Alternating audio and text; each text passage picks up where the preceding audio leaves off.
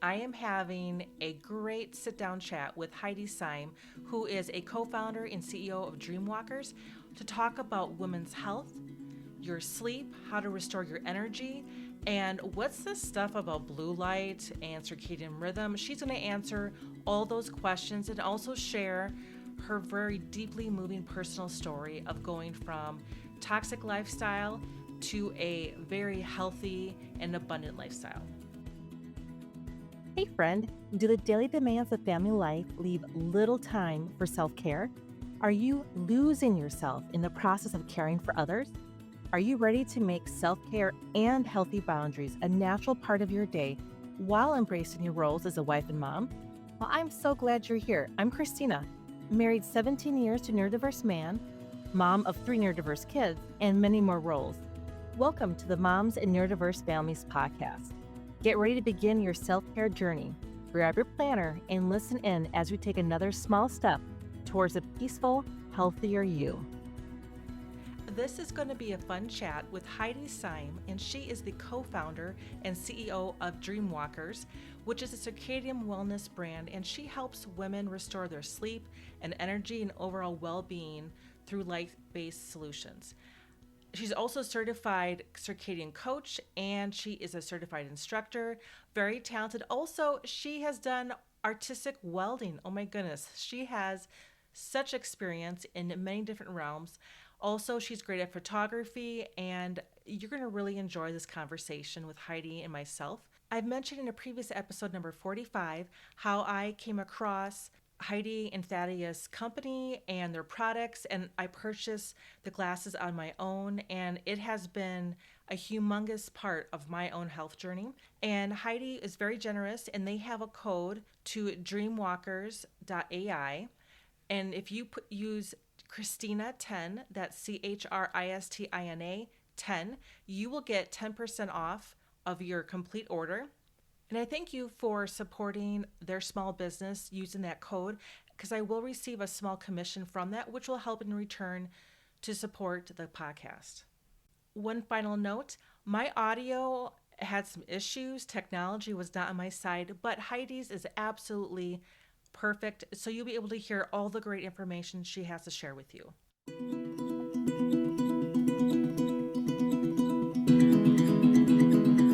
Hey friends, I have Heidi Sime here from DreamWalkerz, and she is going to share with us such great knowledge about why we care about our health and why we care about our sleep. And I have listened to her and her husband for over a year and have been able to dial in my own sleep and my own health because of their input. And so, Heidi, thank you so much for being here. I'm so excited to have you on.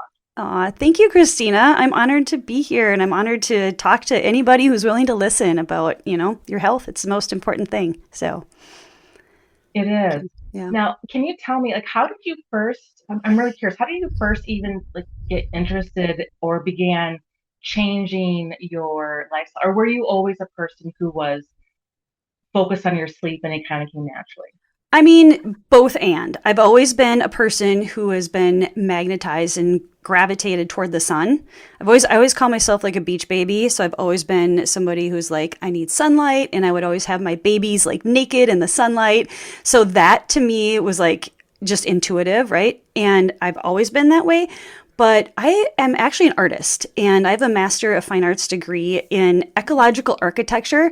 And it's just kind of a crazy thing. It was a small college in Minneapolis, Minnesota that I went to. But I learned how to weld there, which sounds kind of crazy. Most people learn that I'm a welder. They're just like, oh, that's weird. Not very feminine. But I became like the master studio, like welding expert. And I was getting my master's degree. And I just found I don't know if it's because I'm Sagittarian or what, but I love fire. And so the fire arts was like really appealing to me.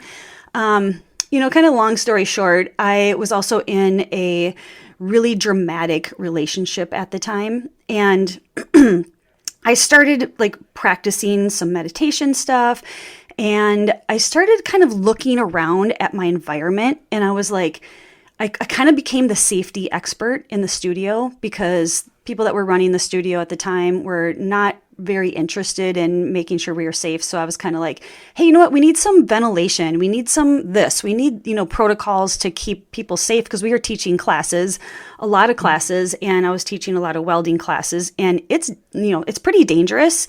And this is like, I'm talking surgical welding. So it's called TIG welding.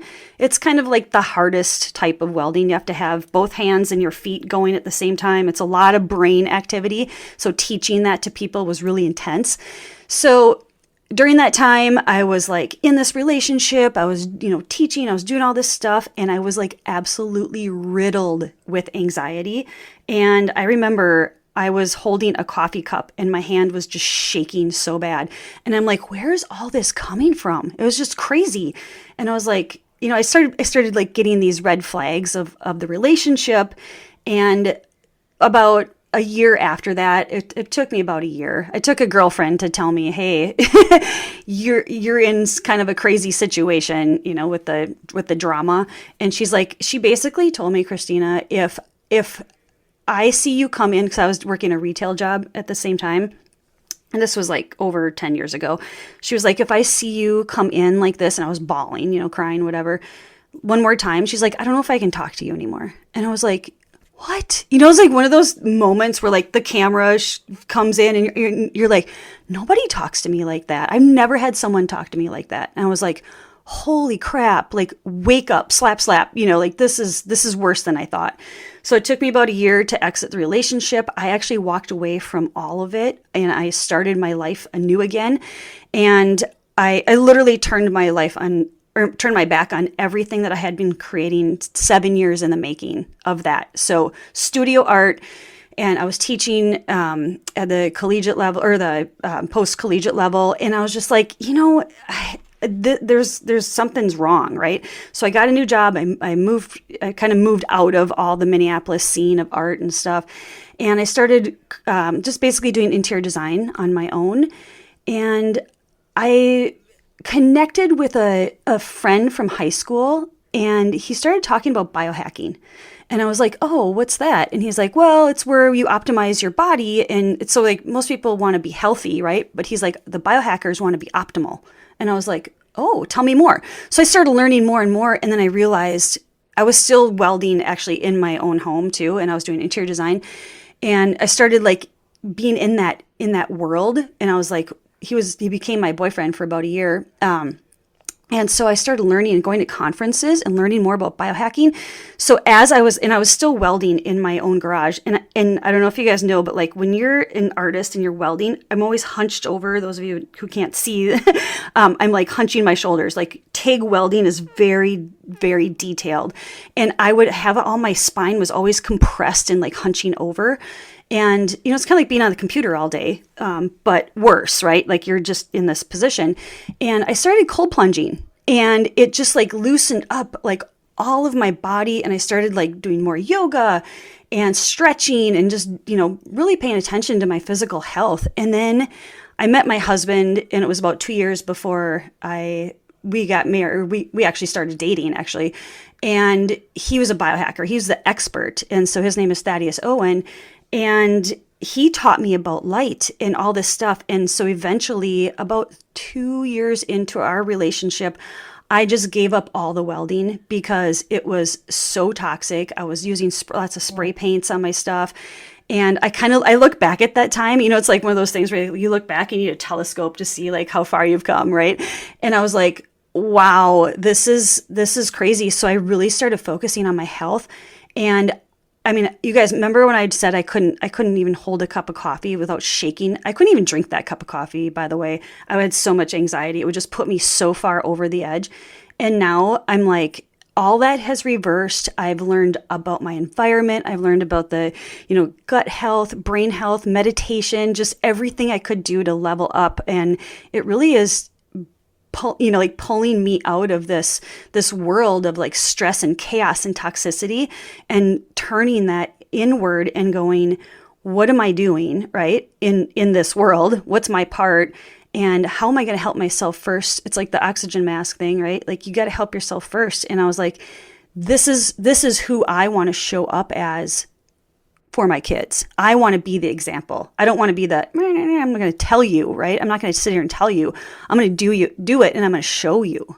So I just had like I literally like a 180, but it took about 10 years, right? From beginning to like now to really just, I don't know, like it's been a journey as life is, right? But the things that my husband Thaddeus was teaching were really about light environment and sunlight, and he had crippling insomnia and anxiety as well. And he started wearing blue blockers, and he was able to sleep. And he was like, there's something to this, right? Like, what are we missing? So he went and did a TEDx talk. They actually approached him. He didn't like look for it. They came to him and they were like, hey, you did this, like you reversed this really bad, thing. Insomnia is a crazy thing, right? It's like it's almost a psychosis because it's bad. I mean, it's bad, but it's like, it's debilitating in your life, right? And so he did a TEDx talk, and when I heard that, I was just like, oh my God, like it makes perfect sense. So that's really like kind of my little synopsis of the story. So now, we have a blue light blocking glass company. We give talks, we go on podcasts. He's on stages all over the world. And we really, really seriously care about people's health. And it's like the missing piece. So many people are still in, it's food. Yeah. And it is food. It is eating clean. It is paying attention to, your mental health. It's all the things, but, and movement and lifting weights and like all those things. But your light environment, it really underlines everything, and it makes all those things work even better. So, yeah. Wow. I did not know that you were that's amazing. That's a bit like tenacious. Yeah. To be that's amazing. Yeah, it was interesting. There was it's a very male dominated world, right? And in the art world, it's probably a lot less than I would have people like contact me like, hey, can you fix my trailer? And I'm like, no, I make art. It was kind of funny. But I did have one guy in my class one time, and he pulled the TIG torch out of my hand when I was teaching. And he didn't know how to weld. And he was like, I know how to do it. And I was like, oh my God. So there's been times, and I was surprisingly very zen. I'm usually pretty fiery. And I was just like, oh, okay, I'll just wait for his sculpture to fall apart, and then he'll ask me to fix it, and then we'll, continue our conversation. And that did happen. Oh goodness. Yeah. So. Well, hey, can you explain, Heidi? So you and we know about like lighting, but for someone who is like, what does she mean about lighting? What is the concerns currently? Let's talk about like, they're not wearing blue lighting glasses. They're not, what is the concern in just the current environment that our listeners are in? Yeah. So, okay. This can go a little deep, right? But our government basically has been pushing LED lighting. So LED lighting has a really big spike of blue light in it. And a lot of people are really unaware of basically the science of that. And so there's a big spike of blue light, and it's not in the same spectrum with enough red and infrared light. Okay, so when you have light, let's just talk about the sunlight for a moment. Sunlight comes in a full spectrum. I'm kind of using my hands as like a graph, and it's got equal amount of blue, green, the whole, Roy G. Biv, like whatever spectrum of visible spectrum that we know, right? Like there's all kinds of things we don't know. So the things that we do know is that sunlight comes in, it's called a full spectrum. And that also includes UV, infrared rays, which are invisible to the human eye, and red. And so red light frequencies are very healing. Many people have probably heard about red light therapy. So red is basically the antidote to blue. So the government comes out and starts pushing. Do you guys remember back in 2020, I think they were saying like they were going to make it so that the incandescent bulbs you're unable to get them, right? Like they were going to ban them. And there's all these kind of nefarious reasons for that, but under the auspice of saving energy. Now, I don't really know anybody who's like ranting and raving about how much energy they're actually saving by replacing LED bulbs. Like, what if you actually think about it, right? And so there was this huge campaign that, we got to be energy efficient and blah, blah. Well, come to find out, if you take a spectrometer and you measure the light from an incandescent bulb and you measure the light from an LED bulb, the difference is there's a huge spike of blue light from the LED, and the incandescent is more of a mimicking of the sunlight. So it's got red and infrared in it, which is really interesting, right? So it's deemed a healthier light bulb. So if you're on Instagram or if you're, looking at stuff online about light bulbs and healthy, you're going to want to find something that's in that full spectrum, not a big spike. So when we go to conferences or we take the spectrometer with us, or we measure the light in a classroom, like a fluorescent light, that fluorescent light, you guys, is literally the most disturbing graph you'll see. It's erratic. There's like big pulses of different colors, but it's very it doesn't work with the biology of the human body, okay? And it's disruptive. It causes stress, and some of you have maybe heard that it even like works with the mercury, and if you have amalgam fillings, it actually resonates with that. There's like a pulsing of that. And it also flickers. So the sunlight doesn't flicker, right? And neither does an incandescent bulb, because it's a different type of electricity. So an LED bulb can also like flicker so much but your brain can sense it, but your eyes do not. So you don't even know that it's flickering. So it's causing all this stress. So if you look at that in comparison to, sunlight and incandescent bulbs, there is definitely, studies out there that you can look up on PubMed or the World Health Organization, and they're talking about that, you guys, this is called artificial light at night. There's an acronym for it. It's called ALAN, artificial light at night, okay? And look it up. The WHO says that is in the same category, this always blows my mind, as asbestos, as a carcinogen. Like, that's crazy, right? Like, yeah. Why would you do that? Well, there's a couple reasons. I don't know how conspiratorial you want to get, but it does make us more suggestive, and it does make you more hypnotized to whatever screen that you're looking at, and suggestible. So there's all these different reasons that, I don't know who they are, but there are companies that don't use blue light, and my husband has an iPad, there's no blue light in it. And it's called the Daylight Computer. Yeah, I would highly recommend it for, anybody who has, learning disabilities or mental health issues. It really is beautiful. You don't see color. It's really for reading, right? But it's going in the right direction nonetheless. But your phone has all the blue light. And again, like, imagine the big spike of blue light. So that is actually producing cortisol, because if you go outside and you measure sunlight, and I'm talking about a spectrometer, so this is like a scientific device, and you measure the sun at noon, solar noon, you will get a lot of blue light in that. So what's it's telling, so you have a gland it's basically your master clock, and it sits between your eyes and in your brain, and it's called the SCN, the suprachiasmatic nucleus. The SCN is your body's master clock, and it's being read through your eyes, through your melanopsin receptors, and it reads only blue light and only UV light. Isn't that interesting? I did not know that last part. I knew about the SCN, but I didn't know about the blue and the UV light, or the UV. Those are yep. So the melanopsin receptors in our eyes, we learned this from Dr. Jack Kruse. He's a neurosurgeon, and he talks all about being really paying attention to like your mitochondria, and like these are your body's full of like little clocks. Like, we are a walking clock, right? And our bodies are creating hormones, cascades of hormones, according to what their eye receptors are seeing in your environment. So the blue light, it's reading that blue light. Guess what it's making? Cortisol.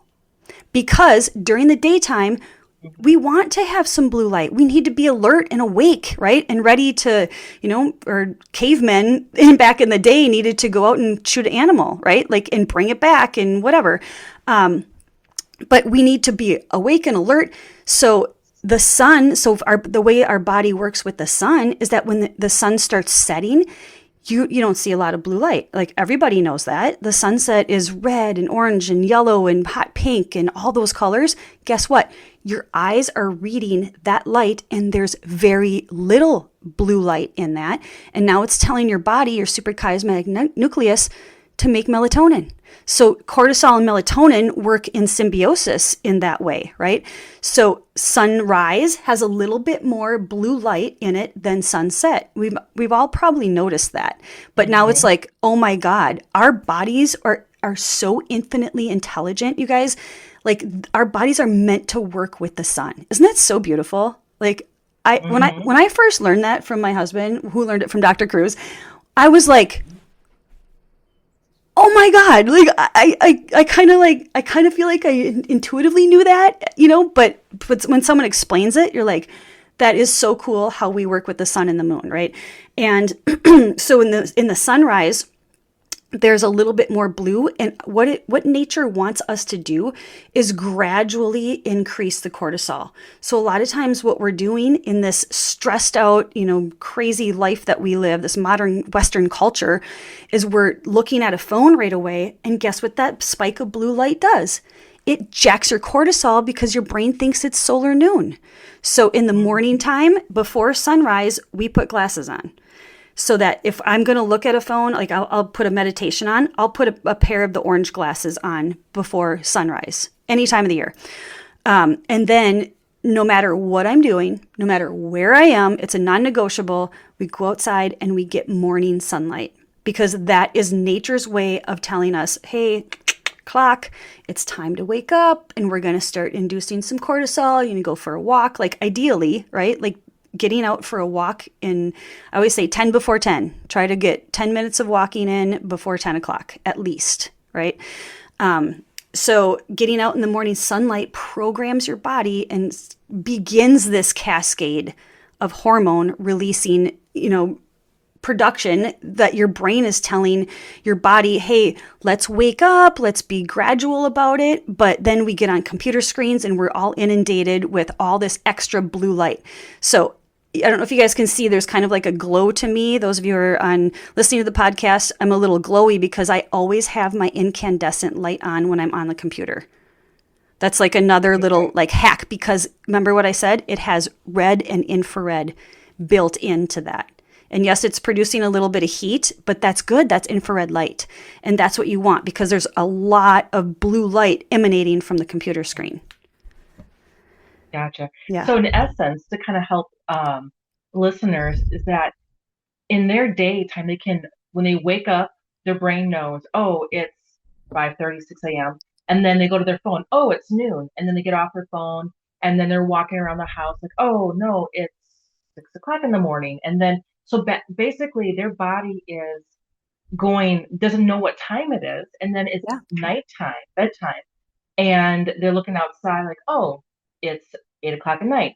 Look at their phone. It's noon. And so that would have an impact then if they're wanting to go to sleep at night, because their brain is like, I don't know what time. And this, I agree with you, it's intelligently designed how we're made. Mm-hmm. It doesn't know what time of the day it is. So therefore, when a woman's trying to go to sleep after her child had a meltdown, and maybe there was an issue with their husband, and then they are looking at their phone or watching Netflix, their brain is trying to figure out what time zone, what time am I in right now, and what should I be doing? Absolutely. And this is maybe going to answer questions for some people, like why they're laying in bed and like, I can't get to sleep. Yeah. Yeah. I mean, it's called a circadian mismatch. And you're confusing all your clocks, right? And so we're we are circadian rhythm people. So we rise with the sun, we go to bed with the sun. In the northern climates, we live in Wisconsin, and it gets dark here at 4:30 in December. Like it's pretty rough. But after sunset, I know that I go out and I see, and you guys, you don't have to like be on the ocean looking at sunset, right? Like that's a whole different deal. Like where we live, we can kind of see it, but it doesn't matter because it's all about the lux in the atmosphere. So you can go outside and you can just be outside, and it can be cloudy, it can be stormy, it doesn't matter. It's that intense that your body will read the signals. So really going out in the sunset light sets your body up, and then you go in and you put glasses on because, I mean, let's face it, this is what they were made for modern life. And if you were out camping, you wouldn't need them because it would just be firelight. Up until, Edison invented the incandescent bulb, which is still glowing, by the way. It's never run out. Oh, I did not know that. Yeah, they make them so that they expire, so you have to buy more. Like, it doesn't have to run out. It's very interesting. Fascinating. Yeah, but what was I saying about so if you're camping and like, think about it. What time do you go to bed when you're camping? You stay up and watch a fire for a little bit, and then you start getting really tired. Because guess what?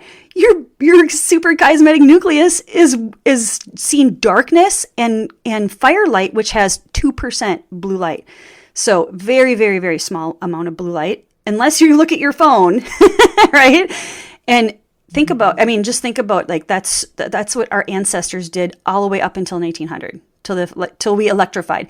And the reason we electrified is because they wanted people to be able to work third shift in the factories. That's why the light bulb was, really pushed, the Industrial Revolution, which is great. I'm not demonizing that. Like, it's great to live in modern times. But you guys, the glasses that we wear, so I'll hold up a pair. People, you can see, I don't know if you're on YouTube, but these are orange glasses. So the ones that Christina and I are wearing right now are the daytime yellow glasses, because we don't want to block too much blue light because we'll get sleepy. Okay. So after sunset, you go inside and you put on those glasses, and it creates an atmosphere of calm. And it's so funny. The minute people put the glasses on, oh, man, it just like regulates your nervous system, and there's just this sense of calm that comes over you. And I remember my husband sent me a pair. It was really early in our relationship, and you guys, I've been wearing them for 8 years straight. I've never missed a night without wearing them. Like, it's that important to our health. And what like when right, you can't unknow. So like, we know so much about light. Our whole house is red light. And one funny little thing, when my kids were in the house, they're all grown and out of the house now, but they're teenagers. We just have red lights in our living room, and all their friends would be staying up all night, like gaming and like carrying on and doing, who knows what. But they would be like, I'm sleepy. They would like get tired. And we were like, oh, really? Interesting. They'd be like going to bed at like, 10, 11 o'clock. And it's, it's really interesting too, is like, they go through their phases, obviously, like, 17, 18, probably some of the most chaotic times of your life, right? And you're testing stuff out. But now, like, most of my kids are in their 20s, or yeah, they're all in their 20s now. My daughter just had a birthday. And they all go to bed early. They're like 10, actually one of them's 9 o'clock. And I'm like, we created a habit of that, right? So we set the stage. So I tell you what, if you want a calmer house at night, put amber lighting in. Some people can't handle the red because it's pretty intense, right? And I don't mean intense like as in intense light, but it's like, it's very different from what you're used to. So you can either put an amber light in, which has no blue light in it. That's one of the things we carry in our store. And it's similar to a warm incandescent. And if you have babies at home, you have small kids, whatever, you don't have to get them to wear glasses. Obviously, babies can't, but you create the environment that mimics firelight. And guess what? Your household is going to be a lot calmer. We've heard from so many people like, oh my God, this has made such a difference. It's such a game changer. And like, that really is the purpose that our company is alive, is that I want to help more women understand their light environment and have calmer homes with calmer children. Mm-hmm. One other thing that's really interesting that I've been, like uncovering and learning is that melatonin is also in breast milk. So, Oh, I've heard this before. Yes. yeah. So if you want me to talk about it, I'm happy Yeah, go to ahead. Go. chat about that. Okay. Right on. Yeah. So breast milk, you guys, has melatonin in it. So when mom is looking at her phone after sunset, you're depleting the melatonin in your breast milk. So I really recommend, if you do that, put a pair of glasses on if you're going to look at your phone. Otherwise, like ideally, it's better to obviously connect with your child. I actually made a video about this, and I'm like, I'm so glad that I grew up in a time where we didn't have that option, right? Like I just really bonded with, and I would spend that time, because what you focus on, right, is what expands. So you focus on your baby first, hopefully without a phone. But if you do, are looking at your phone and you're like, that's something that you're maybe in a habit of, right? Put a pair of blue light blocking glasses on, preferably the orange lenses after sunset, and you will retain more melatonin in your breast milk, keeping your baby sleepier and putting the circadian friendly lighting in the baby's room too. We have a light that it's actually really pretty. It looks like a little hexagon, like a beehive kind of light. And when you walk past it, it turns on. So then you can just like hang out, breastfeed baby, whatever your modality is. And then you leave the room and it shuts off, because you want to sleep in darkness. Darkness is the key, right, to like really good restful sleep. That's a whole nother story. Oh, yeah. That's going to go on and on about that. I mean, I think the important thing here you're talking about is that, because evening time, I mean, so many moms, like it gets to be a half an hour before supper, and then from that point until bedtime, it can feel like this, these gladiator battles of just trying to like feed kids and then get them to bed, and realizing that if we change the environment, we can actually reduce. And for these neurodiverse families, it may not be the 100% solution, but why not do something to bring it down 30% or 40%? I mean, I know personally, we use lamps with amber, and I have one of your light bulbs in the lamp in our bedroom. Okay. And so like we try to do use lamps for evening, and then I'm working towards having one overhead light that would actually have amber lights in. But like just trying to create it so that we have, these are our daytime lights, and then these are our evening lamps that we turn on. And it does like really allow this more quieter, slower type of evening. And I just improve my kids. Now I'm thinking, Heidi, so what is it like? Why should like someone listening to this be thinking like, my gosh, I can barely get my kids dressed in the morning. So why should I spend time on this? I mean, like, what is the cost if I don't do it? But what do I gain if I do it? I mean, like, can you talk like in very practical terms, like why someone should take the steps towards this? For sure. Well, I mean, you guys, what we were talking about just before, this conversation was sleep, right? And when you know that you haven't been sleeping well, you are a totally different person, right? I mean, we all have experienced that. It all happens, and it happens all the time to everybody. But when you dial in your sleep, everything, it kind of falls in this pattern of like, now I can wake up and I can feel refreshed, and my nervous system is more regulated. I feel sharp. I feel rested. I feel just refreshed and rejuvenated. And I think that, like a lot of times we dismiss how important sleep is, and it really feels like the foundation of everything. I know that when I was raising kids, if I stayed up half the night, I was a horrible parent the next day. You know what I mean? Like it's probably the most important thing you can do. And having the like emotional, mental clarity that comes from taking care of yourself, and knowing like I got a great night's sleep last night. Like I feel it, you know what I mean? And that I think can speak to everybody. So really taking care of your light environment, you guys, it sets you up for sleep. And it's one of those things where like, I know that when you have small kids, Like it's not perfect. It can't be. It's not, like it's not meant to be, but that's where you become more resilient too, right? Like I can get through this. I remember those times. Actually, my brain feels like it forgot a lot of those times because it's such a time of chaos in your life, right? But just think of like taking one little step toward maybe getting a one more night a week of better rest and feeling more rested. And that way, like I just know for myself that I can show up and be a better parent. I can be a calmer wife. I can be more patient. Like all those things come in behind sleep, right? But going out and like getting morning sunlight, that's one of those things where like if that fits into your life, try to figure it out, but it's not like, oh, you're not going to be healthy if you don't do it. It is like one of the things that my husband, who's an expert in circadian rhythm, talks about as being the thing that can move the needle like faster and toward a healthier lifestyle. Because if you think about it, if you get up with the sunlight, that means you have to go to bed early, right? So when people go to bed early, I know there's like studies and all kinds of statistics about people who go to bed early, like have actually like more joyful lives, the happier lives, because they're getting up early with the sun, they're able to focus on their day, and then they go to bed early.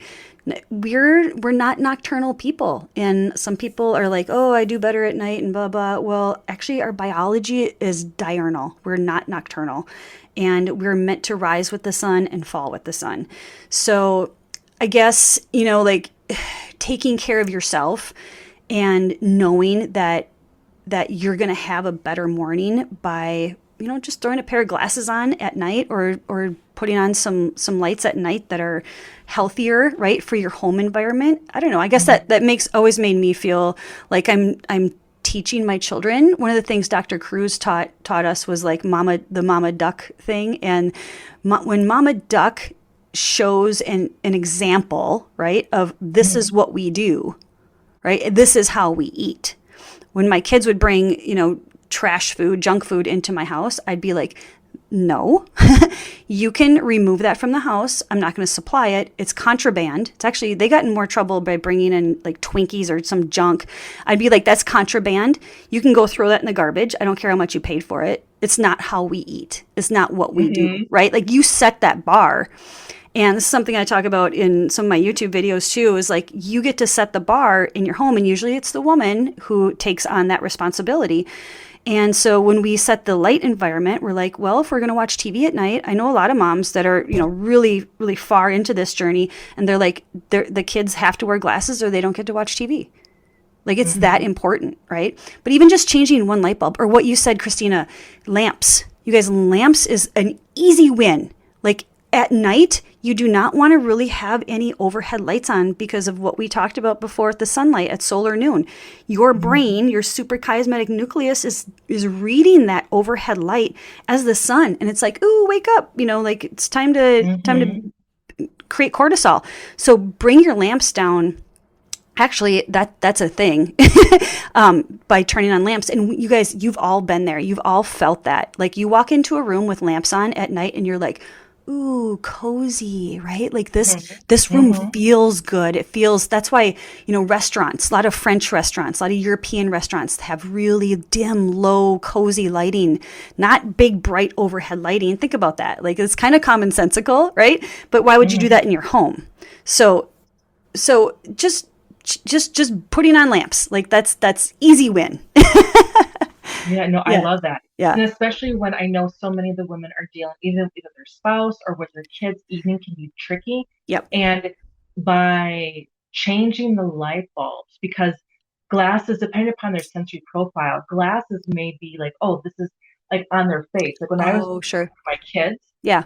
I found it was before you had, I think you have a kid version, don't you? Yeah, we have kids' glasses now. Yep. Okay, that's what I thought. So I think it was like a year ago, I was looking for my kids before you guys had them. And I bought some and it was like, well, it's too tight here, Mom. Or like, I began realizing, oh, Christina, you should have known this. You should have known your kids and their profiles. So finding glasses at work can be tricky. So let's just change the environment Exactly. instead.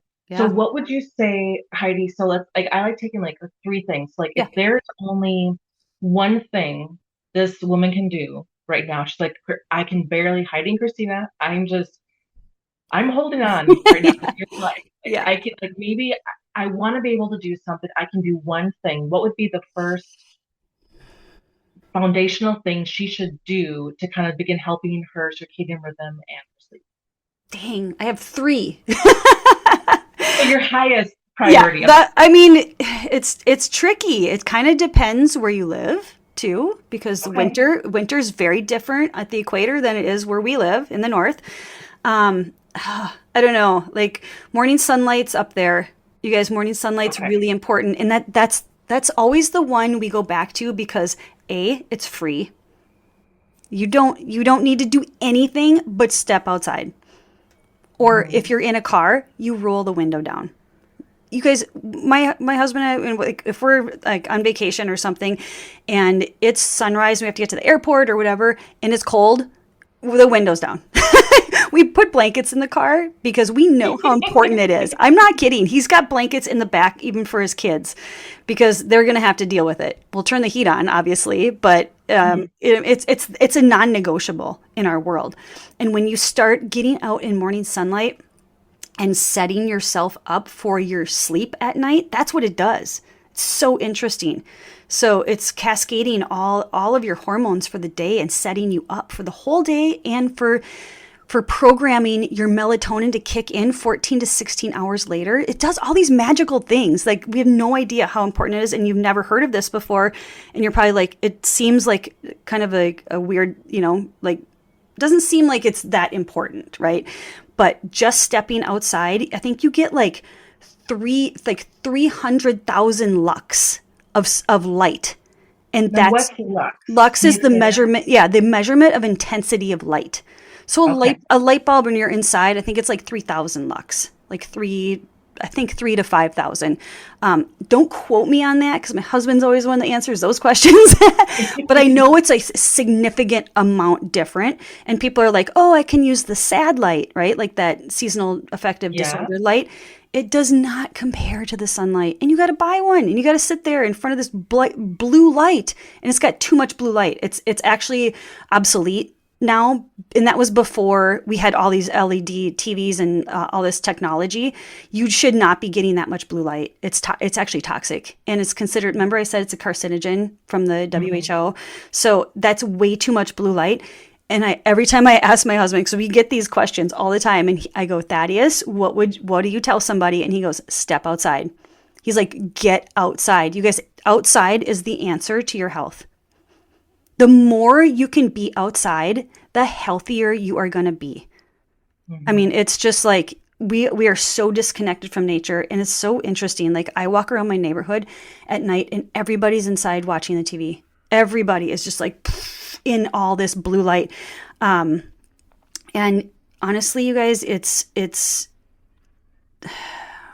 sunlight reduces death from all causes.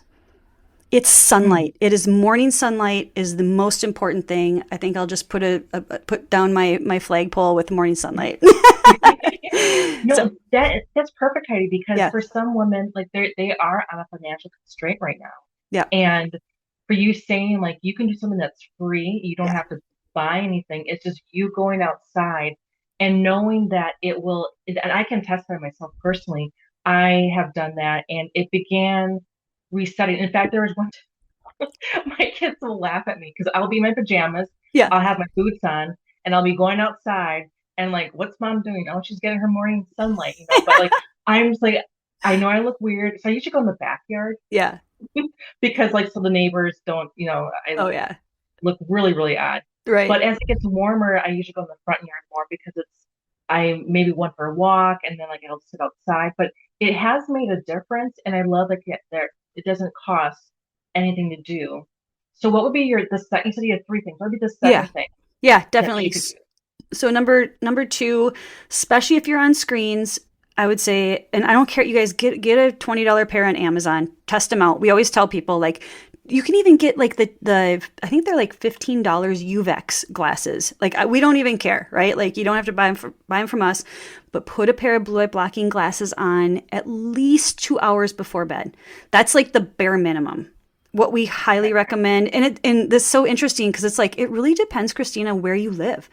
And if you're closer to the equator, you have more equal time, right? Obviously, and if the further north you go or further south, obviously the fluctuation of sunlight is going to be very different, right? So in the winter, we basically have the glasses on after sunset, so it's 4:30 at night until the sun rises at 8:30 in the morning. Like that's a lot. But if you're at the equator, it's going to be 5:30, whatever time the sun sets and falls on the equator. But buy a pair of blue light blocking glasses, and especially if you have people in your house that maybe are like, I need light. I know like my parents, my dad is like a lot of like elderly men really can't see well, and they really want bright lights on. And a lot of elderly women are like, oh, it hurts. Like, and women just seem more sensitive to light. And from what I've seen, and I used to do interior design, and I would do more therapy with my clients than anything. I remember this one lady, she would say, she told me, she's like, I just get migraines. And they had like this oppressive, just the bluest LED lights like over their kitchen table. And I walked in there, she flipped the light on. She's like, what can we do about this light? And he's like, well, I need to see. They were pretty elderly. And I was like, whoa, time out. Like, I'm not a therapist, you guys. But I do know that these lights are horrible, right? Like, when you drive by someone's house and you can see that it almost looks reptilian, right? Like the lights that you use in a reptile cage. My neighbor has one in her kitchen. I'm like, that is it must be a fluorescent light bulb because you can tell it's horrible. So I would say number 2 would be put on a pair of blue light blocking glasses at least 2 hours before bed. And if the sun is setting, we really recommend after sunset or before sunrise. If you're going to be looking at screens,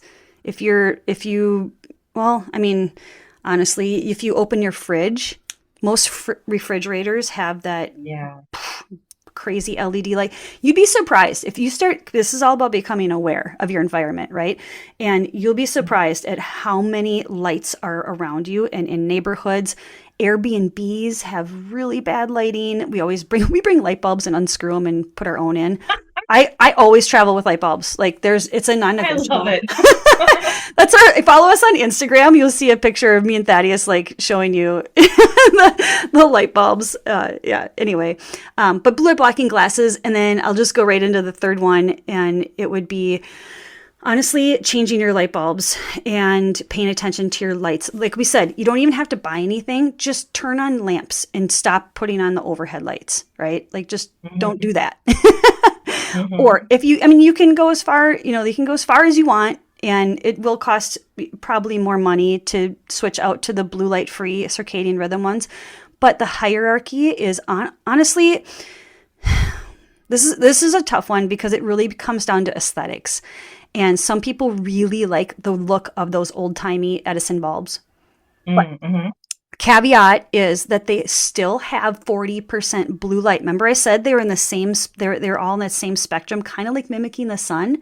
So, but it's paired with red and infrared, but it still has enough to deplete, to stop production of melatonin. So at night, if you're going to use incandescent lamps, we still recommend the blue light blocking glasses. And I know this is confusing, and it's like, which light bulb and what light and blah, blah. I created a guide. It's on our website, and it's the guide to blue light blocking glasses. It's literally like a 5-minute read, and it's got pictures and everything. And it shows you all those graphs that I talk about, and it's free. Like, I just want everybody to be able to see it and look at it and go, oh my God, it makes perfect sense, right? I'm very visual. And so like, I'm a visual artist. And I like to see pictures that go with things, not to just hear it audibly. But so paying attention to your light environment. And if you want to go down the road and be like our crazy house, we look like it's straight out of some kind of horror movie, like at night. Like it's just red light, and our neighbors do think we're crazy. They've even told other neighbors like how crazy we are because we're out there like jumping around in the morning sunlight, like doing qigong and doing stuff, whatever. But it's back to that mama duck thing, you guys. Like, it's, you set the tone of the household, and that's the bar, right? And dad might, a lot of men are resistive to it. And I don't know, I just made that word up, resistive, but resistant maybe is the word.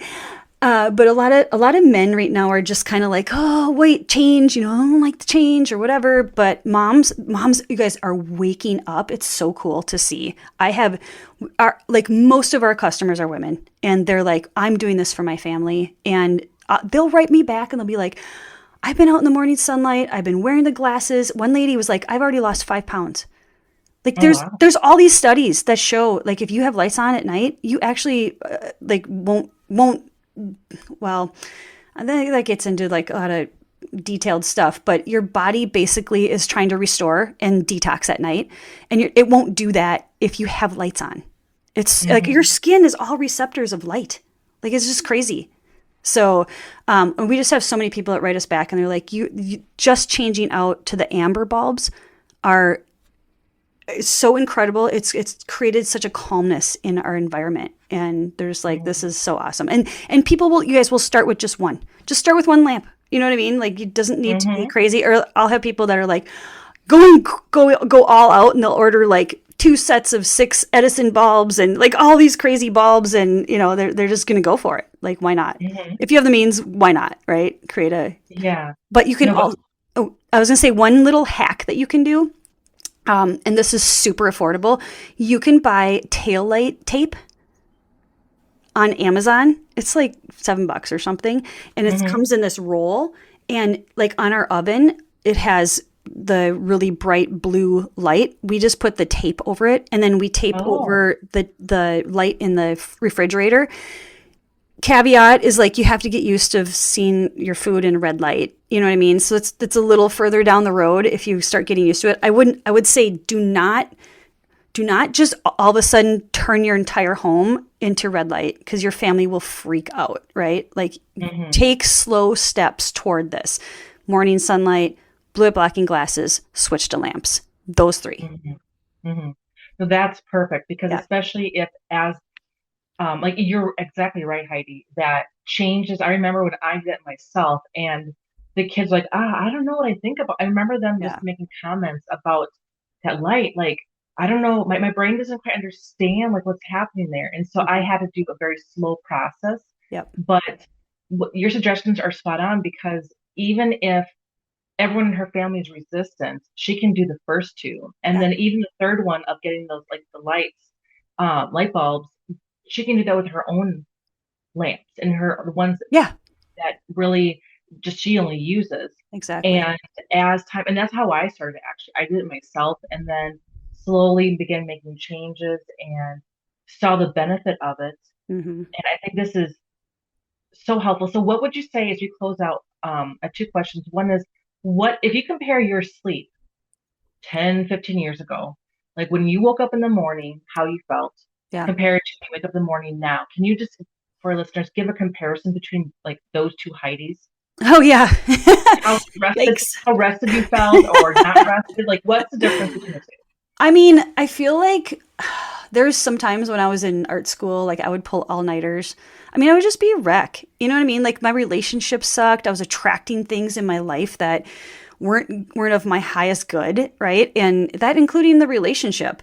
And I was trying to probably medicate with caffeine, and I would feel groggy. And I remember too, like, a lot of times, looking back, and I was a single mom for 12 years. And, there's obviously moments, we've all been there, and that I was just like, I could have been a lot more patient with my kids, and had I been well rested, right? And taking care of myself, and eating better, and going to sleep earlier.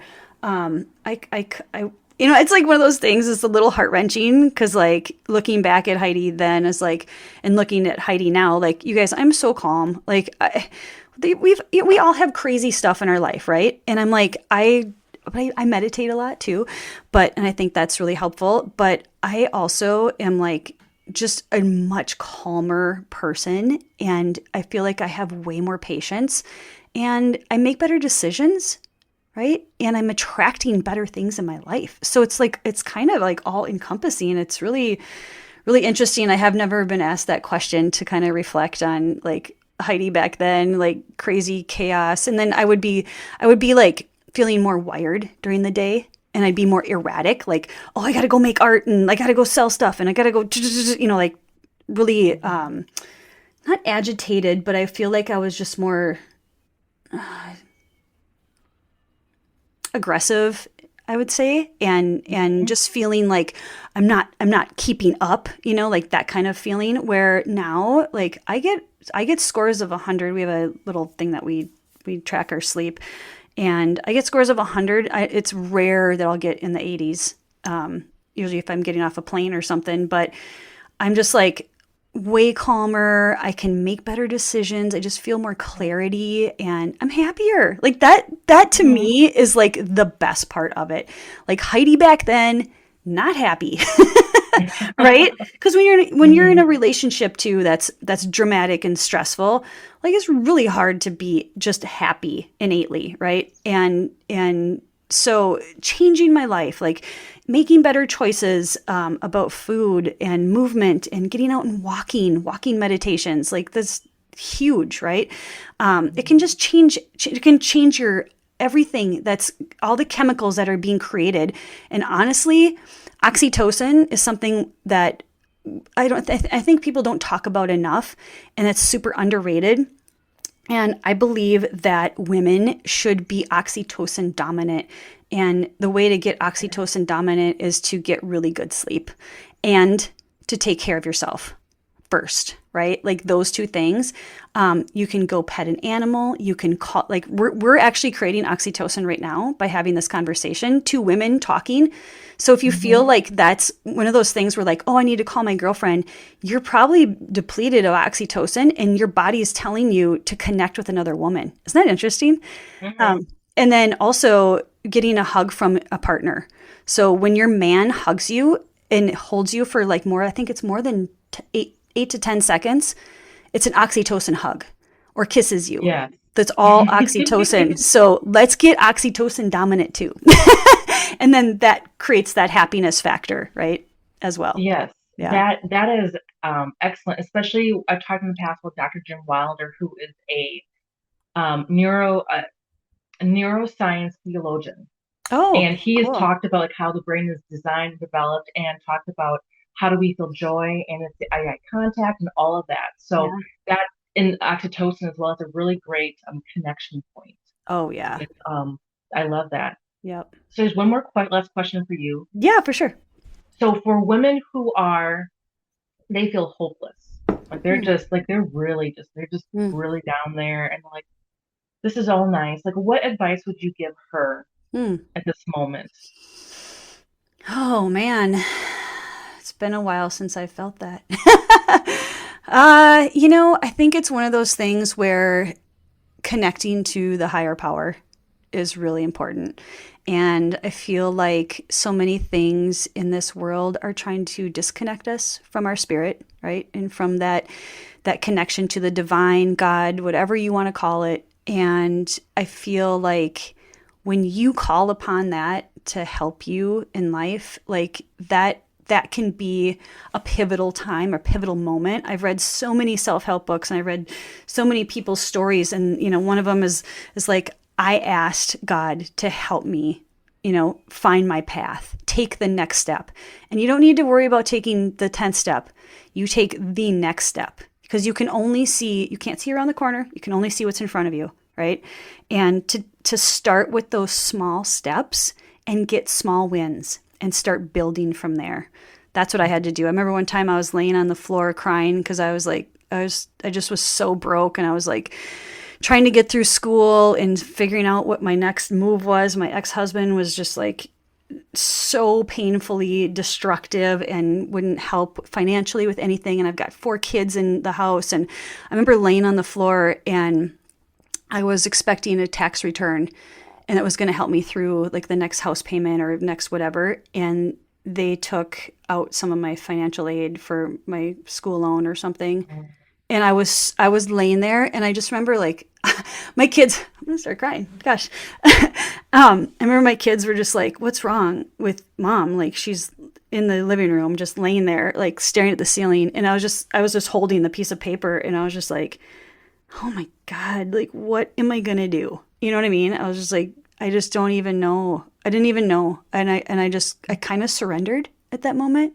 Right. Mm-hmm. And I remember just going, you know what? I've always gotten through. I know I can do this, right? And it's like that mind chatter too. So like talking to yourself kindly, and that helped me in that moment. And something did come through the next day, or something switched, and it all worked out. I got a new client, or I don't know, something happened, and it was twice the amount or something. And I was just like, oh my God. So like, we guys, with every storm, there's always sunlight, right? Like it has to pass. So I think that like really connecting to yourself, taking care of yourself, knowing that your health is like the most important thing, because without your health, like you can't work on anything else. Having your health like be not even optimal, but just normal, right? Like even normal.